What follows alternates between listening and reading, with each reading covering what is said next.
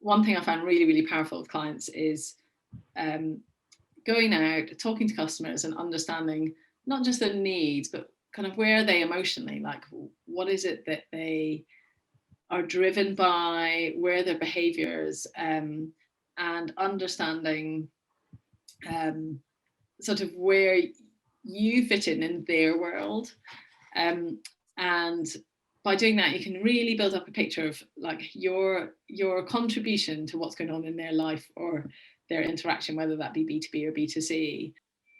Hello and welcome to a whole new episode of Engati CX. I'm your host Kimberly and we are really glad to have all of you join us today. On the show, we talk to CX and technology experts from around the world. We explore, uncover and share fresh insights on creating experiences that your customer will look forward to. Engati is the world's leading multilingual, no-code digital CX platform available across 14 channels with 45,000 solutions created across 186 countries in every domain and use case. Engati has also been recognized as the top platform by Inc. magazine, Tech World, CIO magazine, and many others. We run the Engati blog, the video channel, and the Engati CX podcast, receiving upwards of 400,000 visitors annually.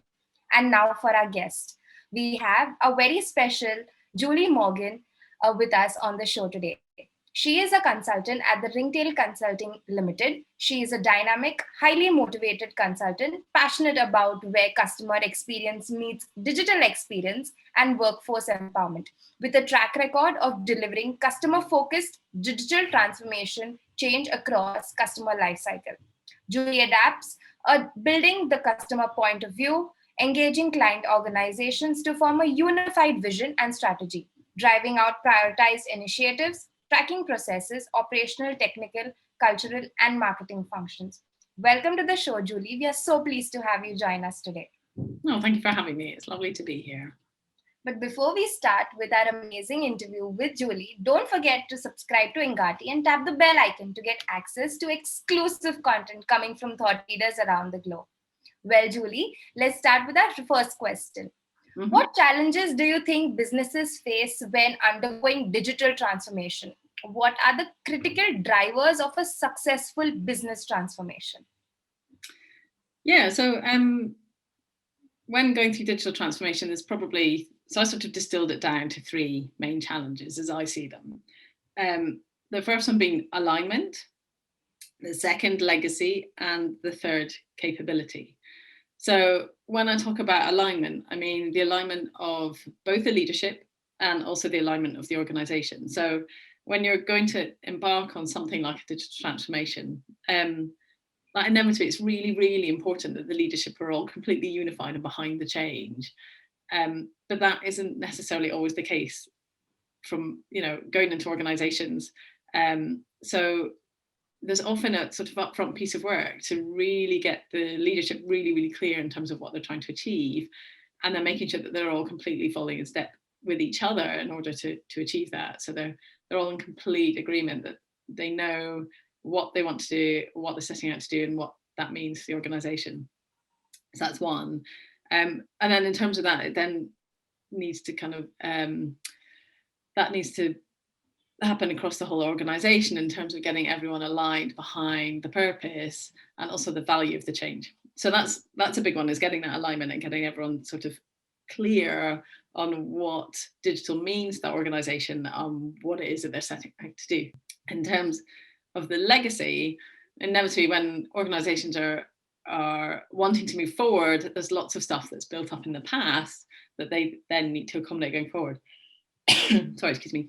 One of them is inevitably the systems and infrastructure. So often, sometimes organizations can be quite laden with their historical infrastructure, and that can mean that the way they work, their processes, and a lot of their budget goes into maintaining the sort of legacy setup, which they've adapted and evolved over time, but it may not be fit for purpose going forward. So that's often something that needs to be addressed.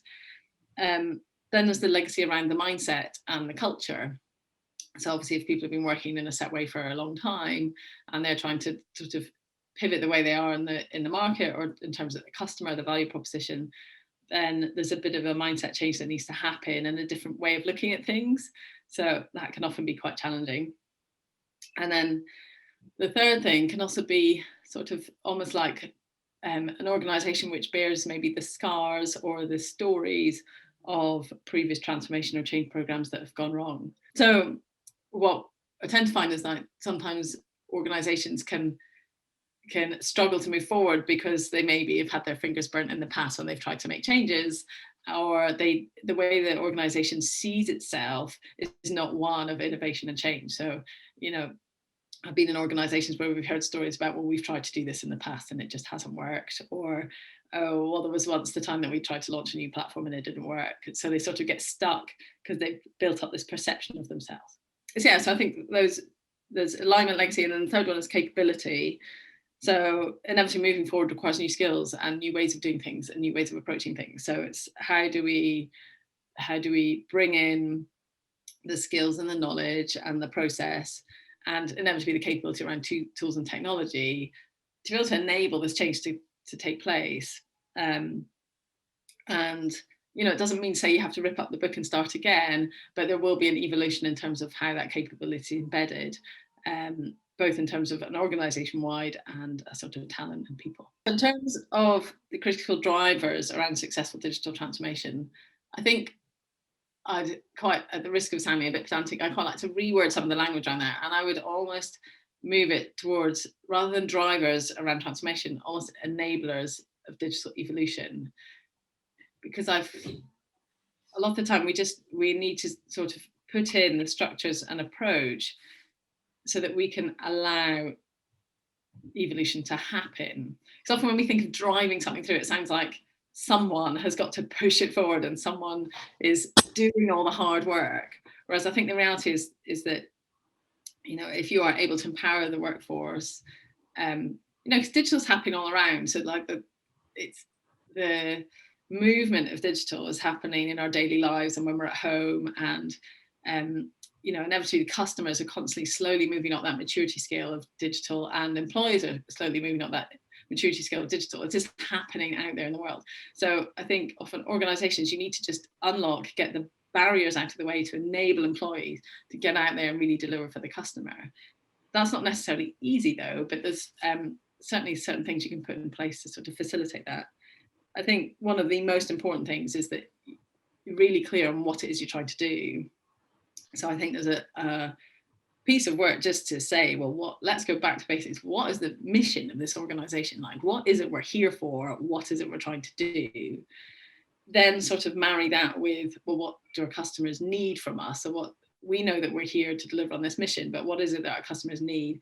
And then you have to overlay the third one, which is, well, what is the commercial model for the business so that we can grow this business and make it a success?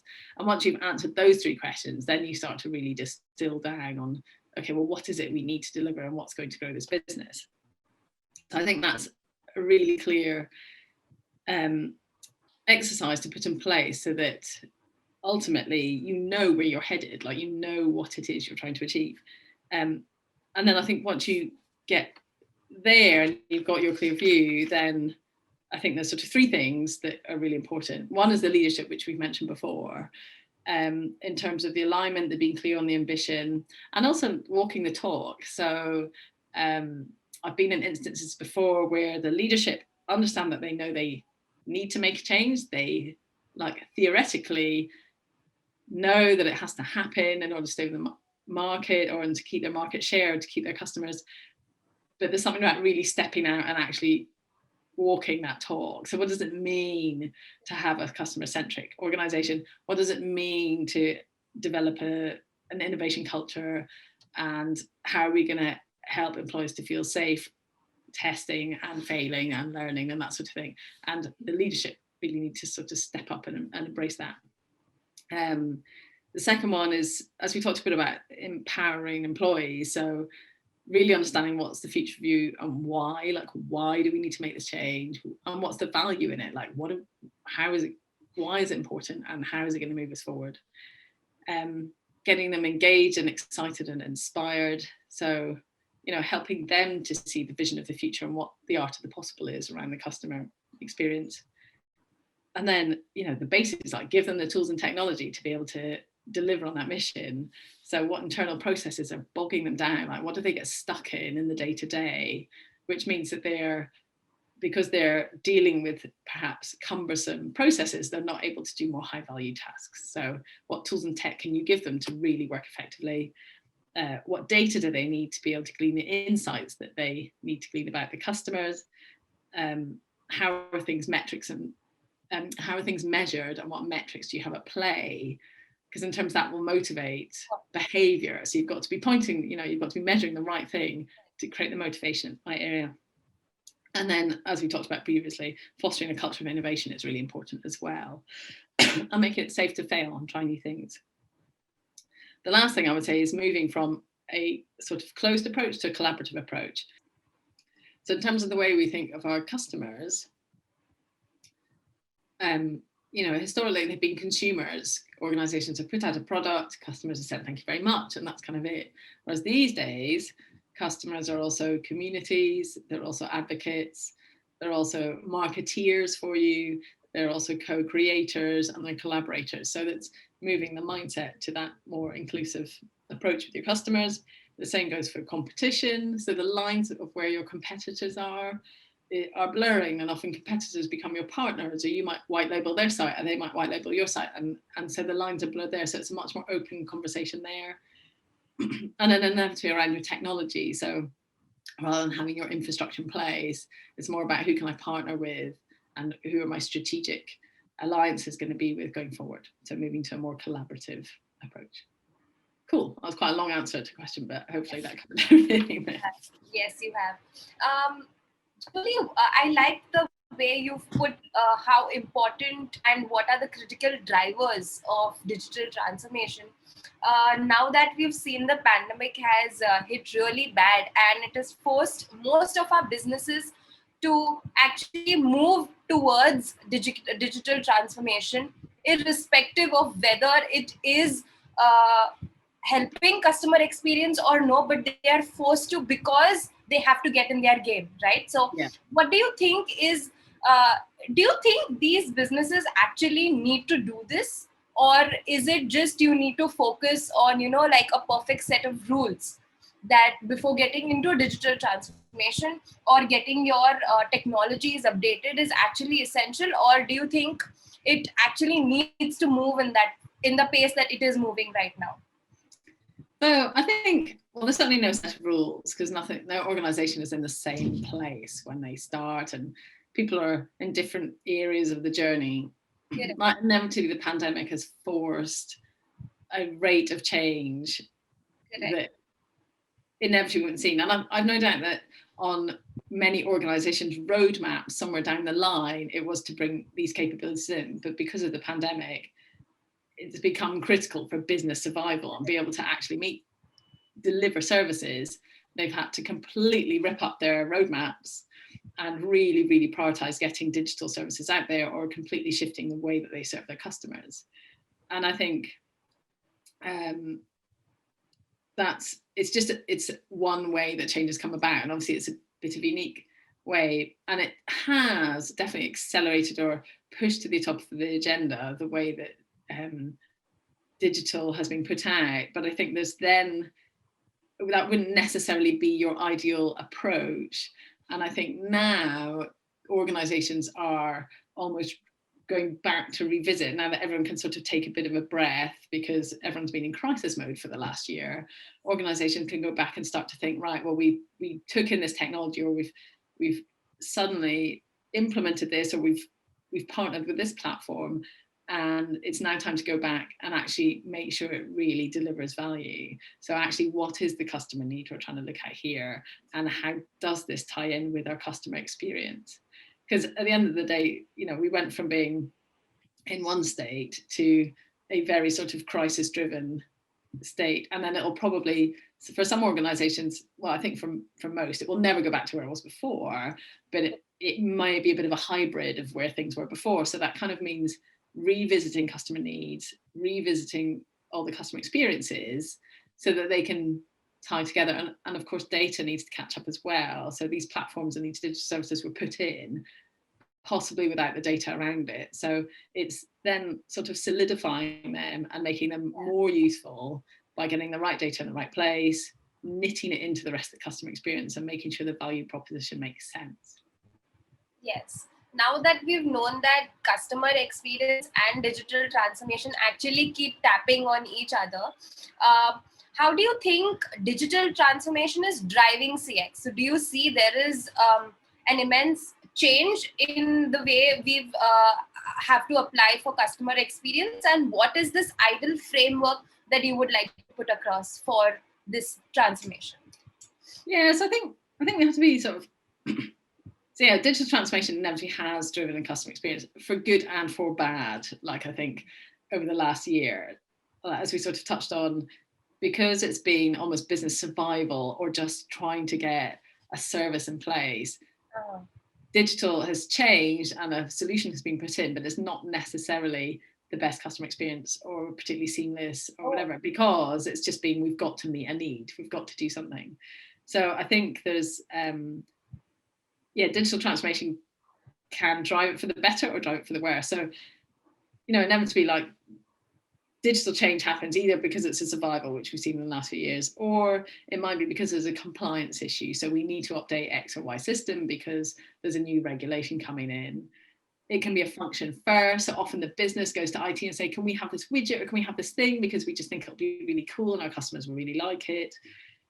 Or it can be customer led. So in an ideal world, of course, you would always go and ask the customer, you would do your research and you'd develop out the digital offering to meet that.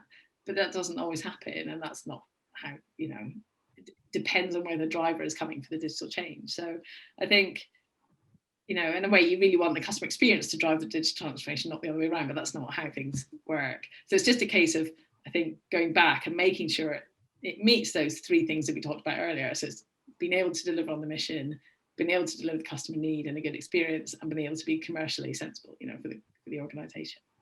So it's a bit chicken and egg, that one, I think. Yes. I'm also very curious to know, Julie, what do you think, which industry has actually benefited from this forced digital transformation that now we are getting into? What do you think, which industry is in the top game? Well, I think there's, there are definitely loads of industries that have benefited, and you've got all your sort of IT security where anything that's enabling people to work from home, or I don't know about you, but the amount of sort of what's the word I'm looking for? I get so many more texts and emails that are like phishing and that sort of thing. So there's a whole effort there. But yeah, certainly pushing employee enablement to be able to work remotely has been massive, obviously. So any company that's involved in that will have seen, they would have had a very, very busy time over the last year. And then you've got all the must-have needs, so like being able to get food in your home. And then what have we been doing with our time whilst we've been locked down? Well, we've been watching Netflix and we've watched online streaming and all these things. So, there are definitely industries and organizations that have had to sort of really step up to deliver what we've needed over the last year. So yeah, but it's not. Yes, I couldn't agree more with you, Julie. We've already tapped into the technologies that digital transformation has brought in, but we would like you to elaborate more on how important has it been for organizations to adopt these latest technologies, and do you see them improving or kind of adding like a roadblock for effectiveness and efficiency? Yeah, so this is a really interesting question, actually, because I would say it massively depends what your business is and where it's at. Mm-hmm. And I think it's not always important for organizations to adopt the latest technology. It really depends on what your mission is. It comes back to that whole mission, need and commercials. I think it comes down to who your audience is and what your value proposition is. So, for example, one client I had, when I interviewed their customers, the really strong thing that came through was that they valued the advice, the relationship, and the consultancy level. So for them to be trying to match like the native technology would not necessarily get them in the right place, because it just depends who the audience is. And I think their audience wouldn't have appreciated really cutting edge technology. It wouldn't have worked for them. Actually, what their audience really appreciated was having human interaction, having that high value advice, and the technology just needed to be good enough that they could do what they needed to do. They didn't necessarily need latest technologies. That said, you do know that you want to have the right data and be able to get the internal, the insight, and be able to meet that need of the customer effectively. So that may mean that you want to be looking at things cutting edge internally in terms of how your employees can deliver what's needed. So I would say it just massively depends on who your customer is and where they're at on their digital journey as to how, you know, what sort of technological solutions you need. Very well said, Julie. So what do you think? How can companies actually adopt these multi-speed technology delivery approach to accelerate innovation and catch up with digital natives? Do you think it's really important? Or what do you think? What would be a few key points that you would like to add here? So I think like chasing catch up is a sort of dangerous game to play. I think you don't necessarily want to be catching up with digital natives, and to be honest, that's not. I think you've got to be careful about that shouldn't necessarily be the objective for all organizations, because sometimes you'll never catch up with digital natives, and it's not really your proposition to be as agile and nimble as digital natives. So sort of referring to clients I've had in the past, like if we go back to this client I was talking about, where the value really was the relationship and it was the advice and the consultancy that this organization could provide its customers. So, you know, their edge in the market was around their longevity, their tradition, their reputation, their solidity. They'd been around a long time. And actually customers were willing to compromise a little bit on the digital capabilities because they valued all those other things so much. And also the customer set wouldn't have known what to do with really leading edge technology, you know. So, I mean, that said, you still want to be using the latest technology to deliver things that are super simple and easy to navigate and all those things. But I think, again, if they had focused on really trying to keep up with digital natives, I think that would have compromised the other more highly valued aspects of the organization. So yeah, for them, it wasn't on having the best customer experience, like the most seamless, most amazing customer experience with all features and functions. It was about just doing enough so that they could really invest on giving that high value interaction with their customers. So having said that, you know, building innovation muscle is a good thing. Like being able to put stuff out to markets better, being able to respond to your customer needs more quickly is definitely better. And that was something that they were looking at. And so, like, in order to enable innovation, it definitely comes to a cultural thing.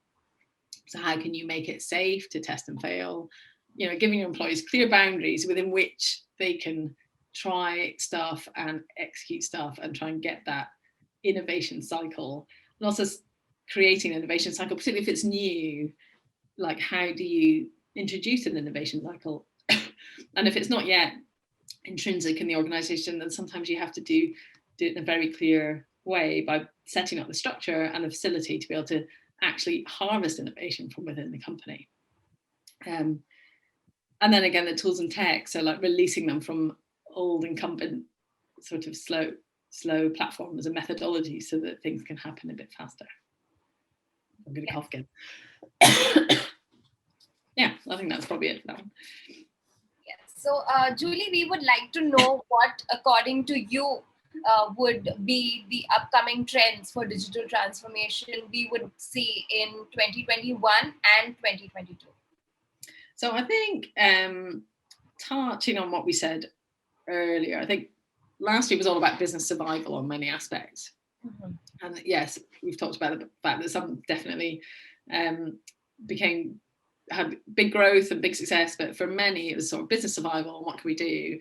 So really changing, like ripping up the roadmaps and really investing in what actually they had to get out in order to meet customer needs, deliver their service and survive as a business. So I think for this year, now that those platforms are in and the digital services have been spun up, everyone will sort of take a deep breath and go back to then bedding those in and making them really valuable. So going back to talk to customers, going back to understand how can they really review the value proposition and actually get these digital tools and technologies to work better and deliver more value so they get the most out of their investment. Because at the end of the day, everything had to happen so quickly last year that my suspicion is that there were compromises made on how we set up the data around these platforms and how well we can knit these in with customer experience and things like that, because it was just working on an ESMAS basis. So what I think this year is that companies will start to focus, they'll start to build their roadmaps out again, they'll start to look at the customer experiences, they'll start to knit the stuff that got put in place last year back in with the customer experiences and start to look towards, well, how are things going to settle back down now into these kind of hybrid models. So I think there'll be a lot of work going in terms of that for this year. I think there'll be a lot of looking after employees, because I think there'll be a lot of people quite burnt out after last year and exhausted. So I think that's going to be a focus for this year in terms of mental health and looking after the employees around digital transformation. So I think organizations will have to take care in terms of how they plan their transformations and their digital side of things, just to make sure that things are sustainable in terms of putting change in place. And yeah, I think that's it. Just sort of revisit. I think it will be a pause, a revisit. I think funding will come back in, but because organizations have had to go through downsizing, there's going to be trying to manage what they can with a slightly reduced workforce, but still trying to put through some sort of big foundational change through their organizations. So yeah, I think a lot of change programs will be kicking off this year to start almost like bedding in and mopping up things that weren't able to happen over the last 2 years because things have changed so much. Yes, I completely agree with you, Julie. Is there anything else you would like to share with the audience? Anything we've skipped in this conversation you would like to let our audience know? Yeah, I mean, I think probably a good thing to always do is to go back and talk to your customers. Like, you can sort of never go wrong, really. And one thing I found really, really powerful with clients is going out, talking to customers and understanding not just their needs, but kind of where are they emotionally, like what is it that they are driven by, where are their behaviors, and understanding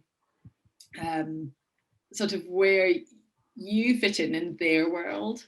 And by doing that, you can really build up a picture of like your contribution to what's going on in their life or their interaction, whether that be B2B or B2C. And I've seen that really powerfully come through in organizations where by not being able to deliver a small function or service has a huge impact on that organization trying to deliver something to their customers, and how that, you know, stopped or aids them to deliver on their values. So it's really, really good exercise to do. And I'd really encourage organizations to go out and build that picture of who your core, you know, build a persona set, basically, build that core picture of your organization. And then not only are you better able to meet those needs in a very tactical sense, but it just brings the customer back into the organization. So your employees, your leadership, everybody just feels a bit more familiar and has a bit more of a holistic understanding of your part in their world. And that gives a nice sense of purpose around what you're doing. So yeah. Yes, I completely agree with you, Julie. And I think you've clearly mentioned that it is very important to take the outside in approach, know what your customers need, what and how can we serve them in a better way. So yes, I completely agree with what you've said. Thank you so much, Julie, for giving us your time. Your insights were really valuable. Oh, thank you so much for having me. It's been really, really enjoyable doing the session, so thanks. I am sure our audience is going to enjoy this interview as much as I did. Well, okay. We'd like you to stay around for the next one. Super. Thank you so much.